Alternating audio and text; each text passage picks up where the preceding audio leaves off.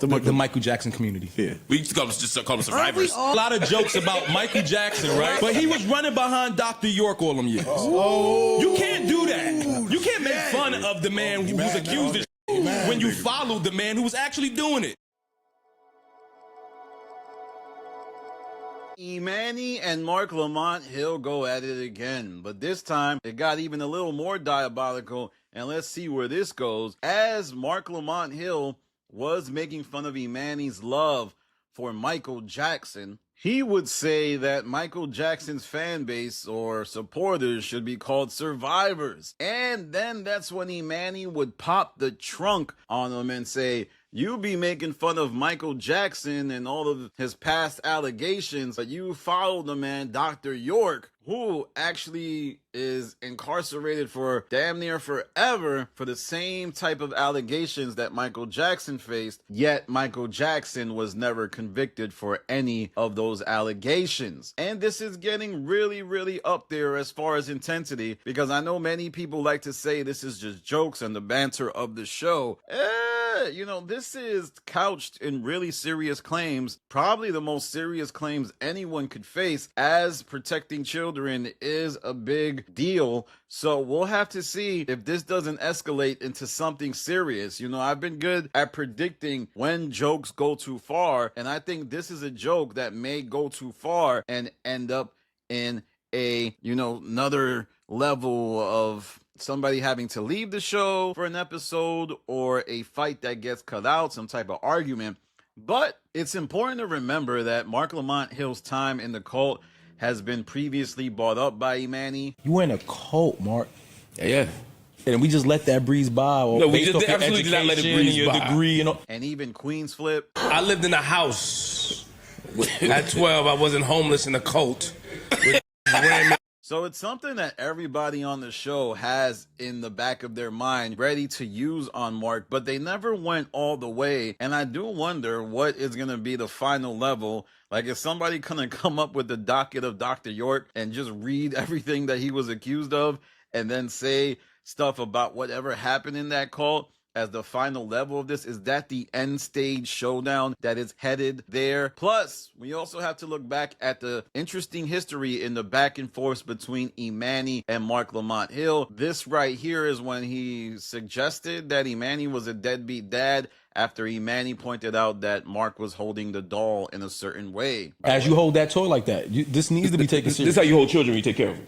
But that wasn't the only time Marc would insult Emanny. He even tried to suggest that Emanny was, messed with as a kid by saying, hey, we're on the doll. Did they touch you? See what I do? Show me where. Just show us where. You know how violent he gets. Don't do no, I'm not giving him the doll. And he even had another joke where he said, see, Emanny, even somebody else got signed to be an R&B artist and you did it. They said he got signed to Dallas Austin's label.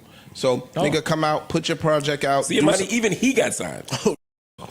Oh, God. Damn, yo. No. He's not. Now, this is one of the key tactics that Marc Lamont Hill likes to use, the power of suggestion. He doesn't outright say anything about you. What he will do is he will ask a question or make a statement that isn't necessarily a front on attack. So he'll do something like, oh, you really think you're a team player? Oh, Emanny, you did a good job reading.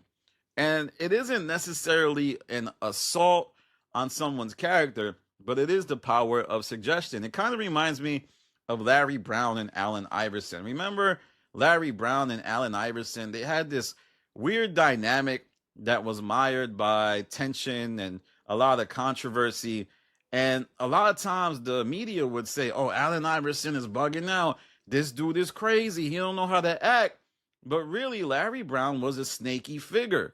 For one, when they would ask him about Iverson and kind of what's going on, he would take his hand and make like a drinking gesture, insinuating that Allen Iverson was drinking. So he wasn't outright saying that Allen Iverson was drinking, but it would lead the media to run with these narratives about Allen Iverson and also help Larry Brown skirt accountability for the way he was kind of a jerk. And you would see that in the subsequent places that he would coach, his style didn't really work.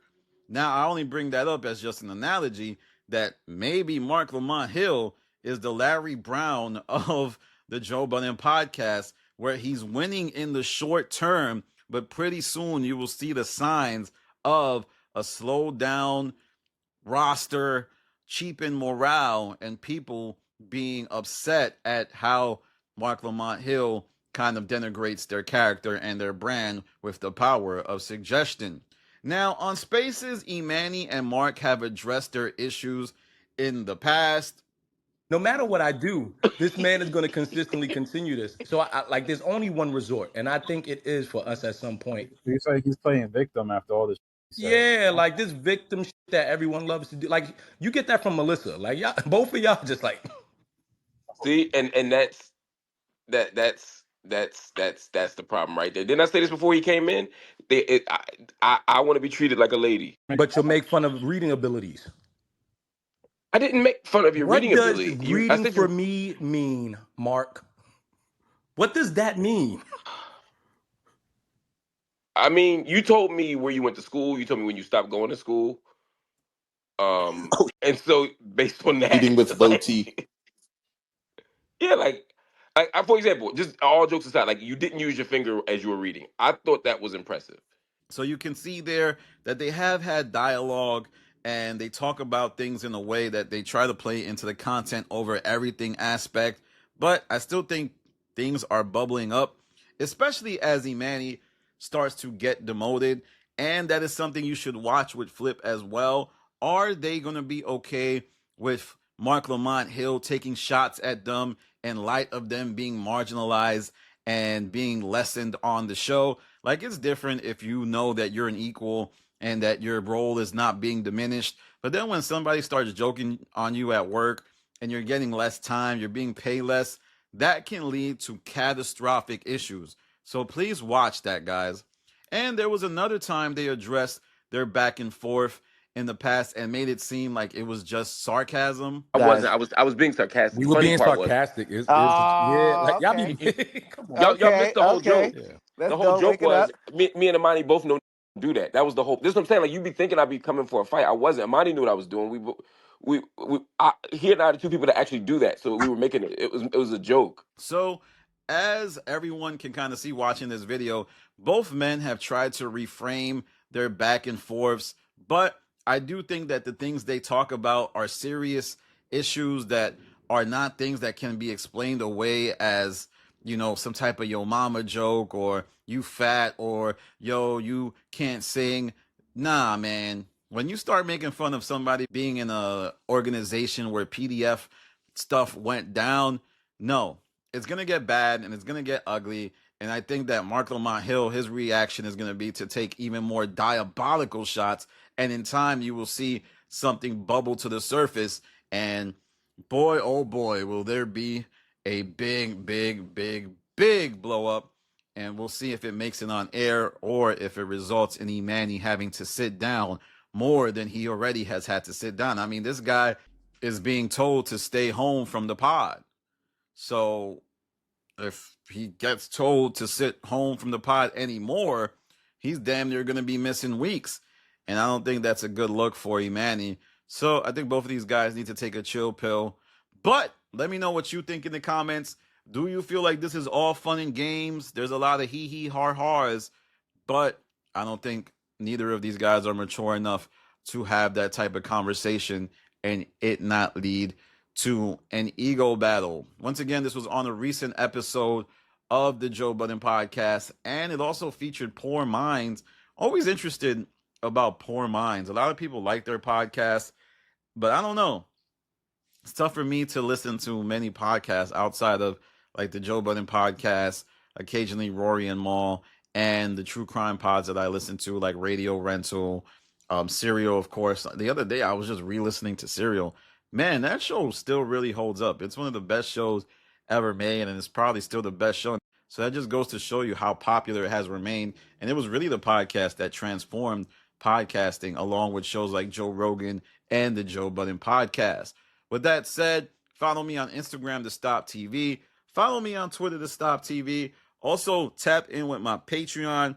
I've done a lot of content on Marc versus Emanny. There's also a lot of spaces with Marc and Emanny on my Patreon where you can dive deep into the relationship between the two men.